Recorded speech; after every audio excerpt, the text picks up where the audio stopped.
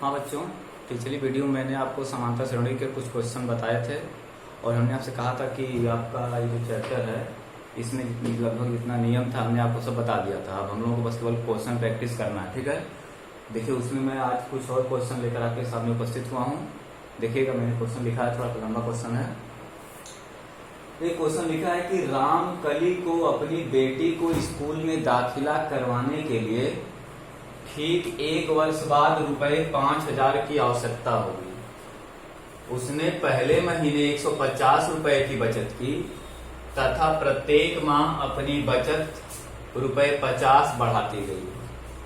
तो ज्ञात कीजिए कि 12 महीने के बाद वह अपनी बेटी को स्कूल में दाखिला करवाने के लिए आवश्यक राशि जुटा पाएगी अथवा नहीं। देखिए क्वेश्चन थोड़ा देखने में लंबा है, लेकिन हम लोग इसे लगाएंगे तो काफी आसान हो जाएगा। देखिए पहले क्या लिखा है, रामकली को अपनी बेटी को स्कूल में दाखिला कराने के लिए ठीक 1 वर्ष बाद 5,000 रुपए की आवश्यकता है। देखिए 1 वर्ष में बात कर रहा है कि उसको आज से ठीक 1 वर्ष बाद 5,000 रुपए की आवश्यकता है। तो कह रहा है कि उसने पहले महीने 150 रुपए की बचत की, ठीक है। तो पहले महीने यानी अगर यहाँ पर इस क्वेश्चन को अगर हम लाकर अपनी समांतर श्रेणी से अगर जोड़ते हैं तो जो लिखा है उसने पहले महीने 150 रुपए की बचत की, तो जो पहला महीना है उसका वो हमारे लिए यहाँ समांतर श्रेणी से अगर उसका हम संबंध जोड़ेंगे तो यह प्रथम पद ए का काम कर देगा ना। उसने पहले महीने 150 रुपए की बचत की, फिर करा तथा प्रत्येक माह अपनी बचत ₹50 बढ़ाती गई। देखिए ये क्या है, प्रत्येक माह अपनी बचत ₹50 बढ़ाती गई। यानी अपनी बचत अगर प्रत्येक माह में 50, 50, 50 अगर बढ़ा रही है तो ये क्या हो जाएगा, यह सार्वंतर डी का मान हो जाएगा। तो हमसे पूछ रहा है ज्ञात कीजिए कि 12 महीने के बाद वह अपनी बेटी को स्कूल में दाखिला करवाने के लिए आवश्यक राशि जुटा पाएगी अथवा नहीं। तो हम क्या करते हैं, हम पहले क्या करेंगे, इसका 12 महीने का टोटल हम लोग निकाल लेते हैं कि जब इस तरह से वो अपना पैसा जुटा रही है, ठीक है, उस तरह से हम लोग पहले निकाल लेते हैं कि 12 महीने में कुल कितना जुटा पाएगी। जब हम ये देख लेंगे कि 12 महीने में कितना ये जुटा ले रही है राशि, तो वो राशि 5,000 से कम हो रही है या 5,000 हो जा रही है, तो हम बता पाएंगे कि वह आवश्यक राशि जुटा पाएगी अथवा नहीं। देखिए इसके लिए उसने यहाँ पर दे रखा है कि उसने पहले महीने 150 रुपए की बचत की। तो जब पहले महीने 150 रुपए की बचत की तो हम बोलेंगे कि वहां पर ए क्या हो जाएगा, ए बराबर 150 हो जाएगा। फिर लिखा प्रत्येक माह अपनी बचत ₹50 बढ़ाती गई। देखिए ये क्या हो जाएगा, डी का मान कितना हो जाएगा, ये आपका 50 रुपए बढ़ा रही है। तो ज्ञात कीजिए 12 महीने के बाद, देखिए हमको यन का मान दिया है 12, ठीक है। 12 महीने के बाद वो अपनी बेटी को स्कूल में दाखिला कराने के लिए आवश्यक राशि जुटा पाएगी या नहीं, ठीक है। तो हम निकाल लेते हैं कि 12 महीने में जो है वह पहले कितना जो है राशि जुटा ले रही है, तब हम बता पाएंगे कि वह अपनी बेटी का दाखिला कराने के लिए आवश्यक राशि जुटा पाएगी अथवा नहीं। तो देखिए इसके लिए हम लिखेंगे सूत्र SN बराबर n/2 कोष्टक में 2a + n-1 इंटू में d, ठीक है। ये क्या निकल रहा है, 12 महीने का S12। यहाँ देखिए n का मान क्या हो जाएगा, 12/2, 2a का मान 150, n का मान 12 - 1 और d कितना है, देखिए 50 है। इसे हम हल करेंगे कि कितना हो जाएगा, 2 × 6 = 12, ये हो जाएगा देखिए 300 हो जाएगा, 300 प्लस हो जाएगा 12 - 1 11 × 50, ये मिलेगा 6 और ये हो जाएगा 300 प्लस हो जाएगा 11 × 5 = 55, 550 हो गया। आगे हम बढ़ाएंगे 6, 550 में हम क्या करेंगे, 300 जोड़ देंगे, क्या जाएगा 5 × 3 = 850 हो जाएगा और 6 से गुणा कर देंगे, 6 × 9 = 0, 6 × 5 = 30, 6 × 8 = 48, 48 3 कितना हो गया, देखिए 51। अब देखिए रामकली, देखिए जिस हिसाब से वो राशि जुटा रही है क्या आ रहा है देखिए कि 12 महीने में वह कुल 5,100 रुपए इकट्ठा कर लेंगे। तो क्वेश्चन हमसे पूछ रहा है देखिए कि 1 वर्ष बाद 5,000 की आवश्यकता होगी। देखिए जब वह इस तरह से अगर जुटा रही है राशि और उसे 1 वर्ष बाद 5,000 चाहिए, तो जुटाते जुटाते इसकी राशि कितनी हो गई, यह 5,000 से ज्यादा हो गई। कितनी होगी, 5,100 रुपए हो गई। तो क्वेश्चन पूछ रहा है कि ज्ञात कीजिए कि 12 महीने के बाद वह अपनी बेटी को स्कूल में दाखिला करवाने के लिए आवश्यक राशि जुटा पाएगी या नहीं। तो हम क्या बोलेंगे कि 12 महीने के बाद वह अपनी बेटी को स्कूल में दाखिला कराने के लिए आवश्यक राशि जुटा पाएगी। कर देंगे। अतः हम लोग यहां लिखेंगे, यहां देखिए जो ये हमारा 5,100 रुपए मिल रहा है, ये क्या है, देखिए ये 5,000 से ज्यादा है, क्योंकि उसको 5,000 की आवश्यकता थी और जुटाते जुटाते यह राशि कितना जुटा ली है, 5,100 रुपए इकट्ठा कर ली है। उसको देना तो 5,000 में है, इसलिए हम कह सकते हैं कि वह आवश्यक राशि जुटा पाएगी। ठीक है, हम आपके लिए देंगे अतः वह आवश्यक राशि जुटा पाएगी।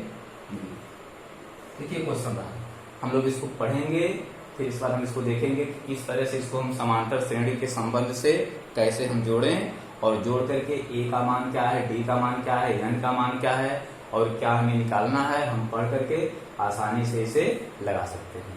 तो अब आपको क्वेश्चन क्लियर हो गया होगा, तो मैं आगे बढ़ रहा हूँ। ठीक है,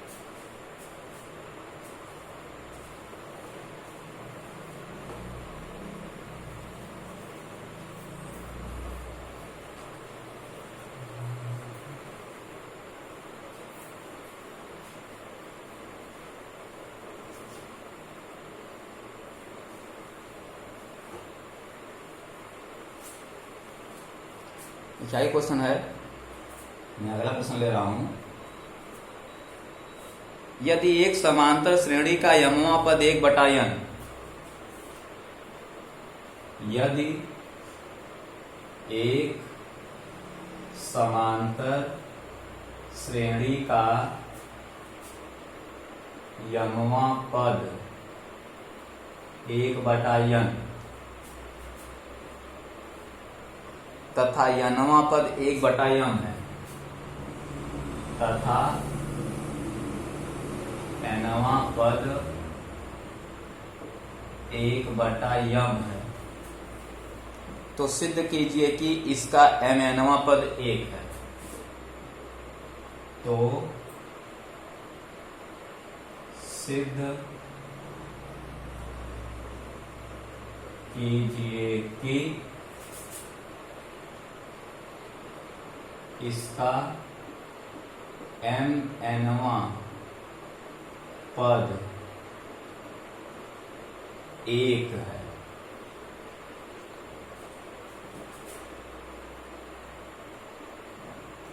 देखिए यहां आप देख पा रहे हैं, लिखा है यदि एक समांतर श्रेणी का यमवा पद 1/n है तथा यनवा पद 1/m है, तो क्वेश्चन कह रहा सिद्ध कीजिए कि इसका m nवा पद 1 है।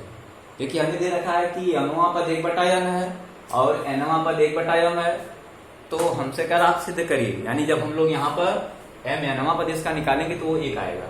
ये हमसे कह रहा है कि आप सिद्ध करिए कि इसका m nवा पद क्या है, 1 है। जब इसका हम m nवा पद निकालेंगे तो वो 1 आना चाहिए। यही हमें क्या करना है, सिद्ध करना है। देखिए इसमें अगर हम पहले मान लें, माना कि समांतर श्रेणी का प्रथम पद A तथा सार्वंतर D। अब मान लिए, अब देखिए यहां लिखा है कि यमवा पद 1/n है, तो देखिए अगर हम फार्मूला अपना यूज करेंगे पहले, Tn बराबर A + n - 1 × D। देखिए हमने A और D को मान लिया, और यन और टी एन के बारे में सोचें तो यन मतलब क्या कर रहा है, यमवा पद, तो हम यन के स्थान पर यम रखेंगे और यमवा पद है कितना, 1/n, वो रखा जाएगा टी एन के स्थान पे। तो टी एन के स्थान पर हो जाएगा 1/n और a प्लस n के स्थान पे क्या रखना है हमें, यम, m-1 इंटू डी। इसको आप बोल दीजिए, इस तरह से लिख लीजिए, a plus m-1 into D बराबर 1/n, समीकरण नंबर 1। अब देखिए वैसे ही ये बोल रहा है यनवा पद 1/m है, तो जब nवा पद कह रहा है तो हम इस सूत्र में n के स्थान पर n ही रखेंगे और वो पद है कितना, 1/m, तो क्या हो जाएगा, टी एन के स्थान पर 1/m हो जाएगा। ये हमें मिल जाएगा a प्लस nवा पद है ना, तो n के स्थान पर n ही आएगा, पद है कितना, 1/m, हो जाएगा 1/m, समीकरण नंबर 2। अब देखिए अगर हम समीकरण 1 में 2 अगर हम घटा देते हैं, यहाँ लिख दे रहे हैं घटाने पर देखिए ये माइनस हो जाएगा और ये हो जाएगा माइनस, ये हो जाएगा माइनस, ये कैंसिल हो जाएगा, ये बचेगा m-1 इंटू डी माइनस, ये क्या आएगा n-1 इंटू डी बराबर, ये क्या आएगा 1/n माइनस 1/m। देखिए इसका गुणा करिए, मिलेगा हमें md माइनस डी, ये मिलेगा माइनस nd प्लस डी बराबर, इसका आप ले लीजिए एलसीएम, तो आएगा mn, n से भाग करेंगे m बचेगा, यहाँ हो जाएगा m माइनस m। देखिए यहाँ पे ये जो हम लोग का है d plus d minus cancel हो जाएगा, md माइनस nd, यहाँ से आप क्या करिए d ले लीजिए कॉमन, यहाँ क्या बच जाएगा m माइनस n बराबर m माइनस n बटे में mn। देखिए ये इससे कैंसिल हो जाएगा, क्या बचेगा हम लोगों को d बराबर 1/में mn। ये क्या मिल गया हमें, d की वैल्यू मिल गई। अब हम क्या कर सकते हैं, d की सहायता से हम समीकरण 1 या समीकरण 2 में हम मान रखकर a का मान प्राप्त करेंगे, यानी प्रथम पद निकालेंगे। मैं लिख रहा हूं समीकरण 1 से, समीकरण 1 से देखिए a क्या है, a प्लस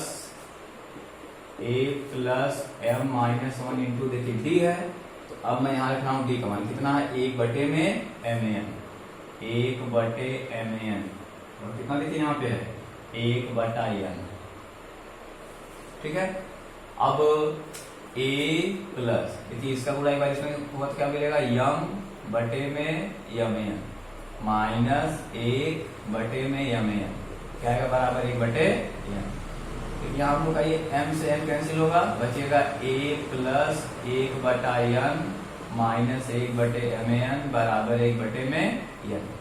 देखिए ये प्लस इधर कैंसिल हो जाएगा और ये बचेगा a माइनस 1/mn बराबर 0 बचेगा, यहाँ से क्या आएगा a बराबर 1/mn। देखिए हमें यहाँ मिल गया d बराबर 1/mn और यहाँ मिल गया हमें a बराबर 1/mn।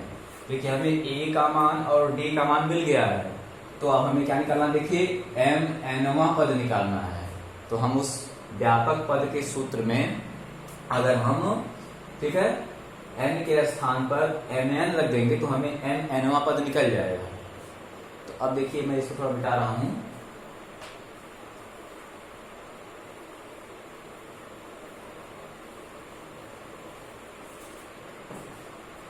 देखिए अगर मैं लिखूंगा Tn बराबर a plus n-1 into D, हमें निकालना है कौन सा पद, mnवा पद, तो हम n के स्थान पे क्या रखेंगे, mn बराबर, देखिए यहाँ पे a का मान क्या रखेंगे हम लोग, यहाँ पे a का मान हमें क्या मिला है 1/mn प्लस देखिए n के स्थान पे क्या रहेगा mn माइनस 1 और d के स्थान पे क्या है 1/mn। आगे देखिए हम इसे लिखेंगे 1/mn प्लस, देखिए जब इसका हम इसमें गुणा करेंगे तो मिलेगा mn बटे में mn, इसमें करेंगे क्या मिलेगा माइनस 1/में mn। ये इससे पूरा कैंसिल हो जाएगा और ये बचेगा हम लोगों का mn बटे में mn। ये क्या है, अनुपात के रूप में करके कितना आंसर आ जाएगा, 1 आ जाएगा। तो हमसे क्या बोला था क्वेश्चन में बोला सिद्ध कीजिए कि इसका mnवां पद क्या है, 1 है। देख रहे हैं कि अगर जब इसका हम mnवां पद निकाल रहे हैं, tmn निकाल रहे हैं, तो क्या आ रहा है 1। तो इस प्रकार हम लोग सिद्ध हो गया ना कि इस समांतर श्रेणी का जो mnवां पद है वो कितना है, 1 है। हमें यही सिद्ध भी करना है। ठीक है, तो हम लोग आगे क्वेश्चन देखते हैं।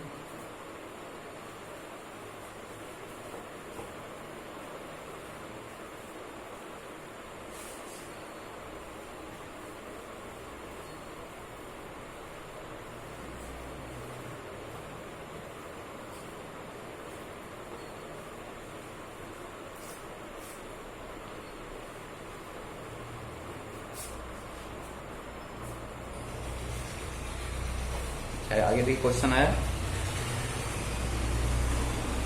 किसी समांतर श्रेणी के चौथे और आठवें पदों का योग 24 है। किसी समांतर श्रेणी के चौथे और आठवें पदों का योग 24 है। चौथे और आठवें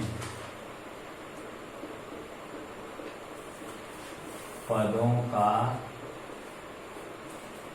योग 24 है तथा छठे और 10वें पदों का योग 44 है। तथा छठे और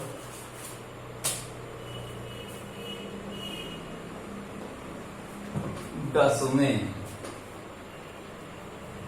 पदों का योग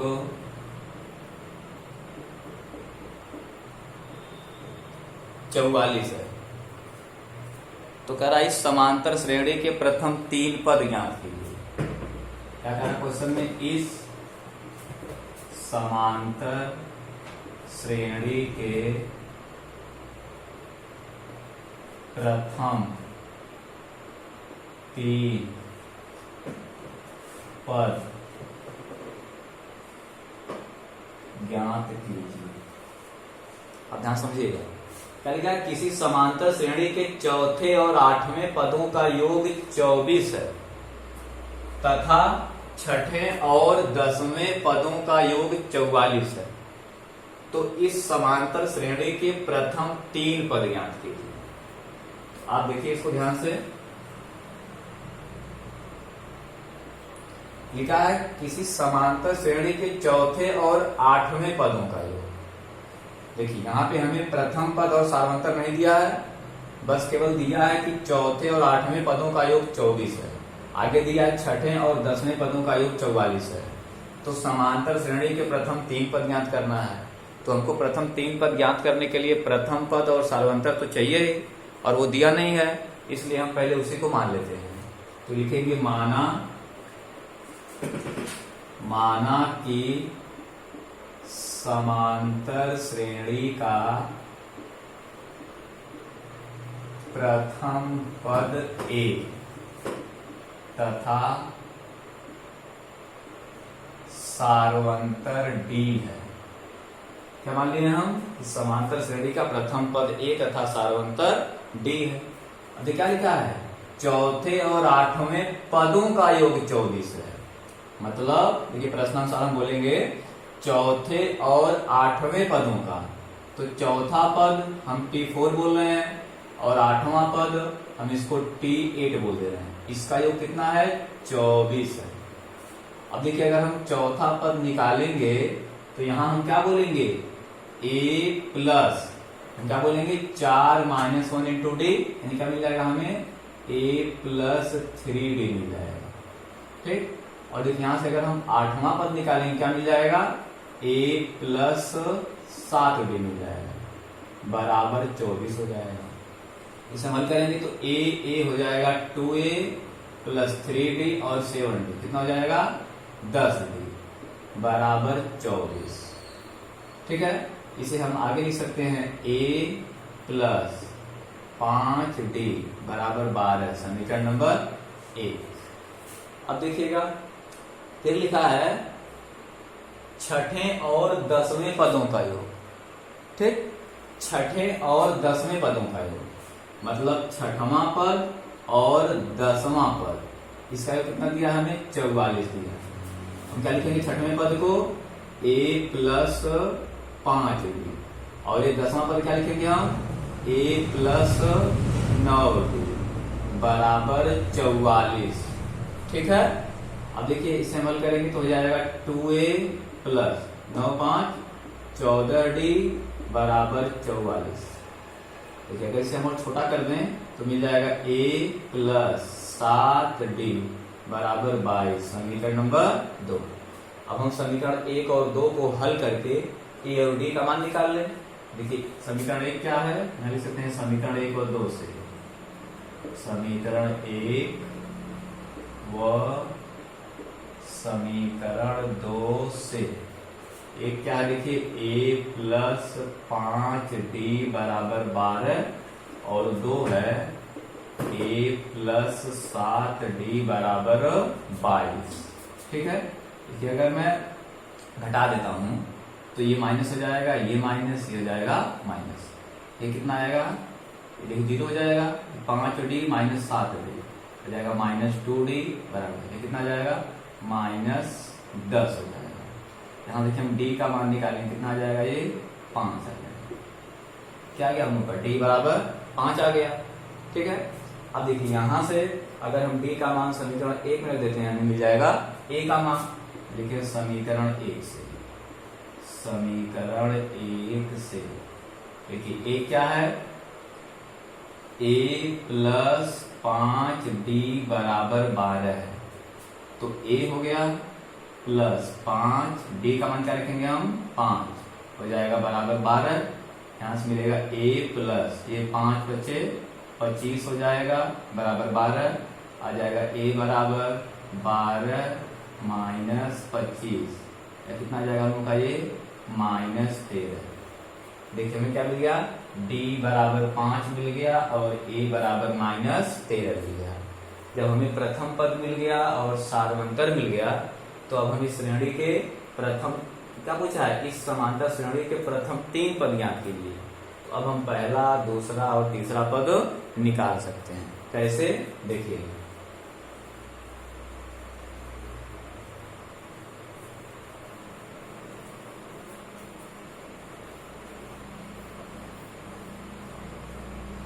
देखिए अगर हमें निकालना होगा पहला पद तो क्या लिखेंगे? t1 बराबर, ठीक है, देखिए t1 हमको निकालना हो तो क्या हम लिखेंगे? t1 बराबर a प्लस 0d, यानी देखिए क्या हो जाएगा? a क्या है? देखिए हम a का मान है माइनस 13। ठीक है, देखिए अगर हमें दूसरा पद निकालना होगा क्या? t2 बराबर, तो हम इसको क्या लिखेंगे? t2 को हम क्या लिखेंगे? a प्लस d लिखेंगे। तो देखिए a का मान कितना है? माइनस 13 प्लस d का मान कितना है? 5, ये कितना आ जाएगा? माइनस 8 आ जाएगा।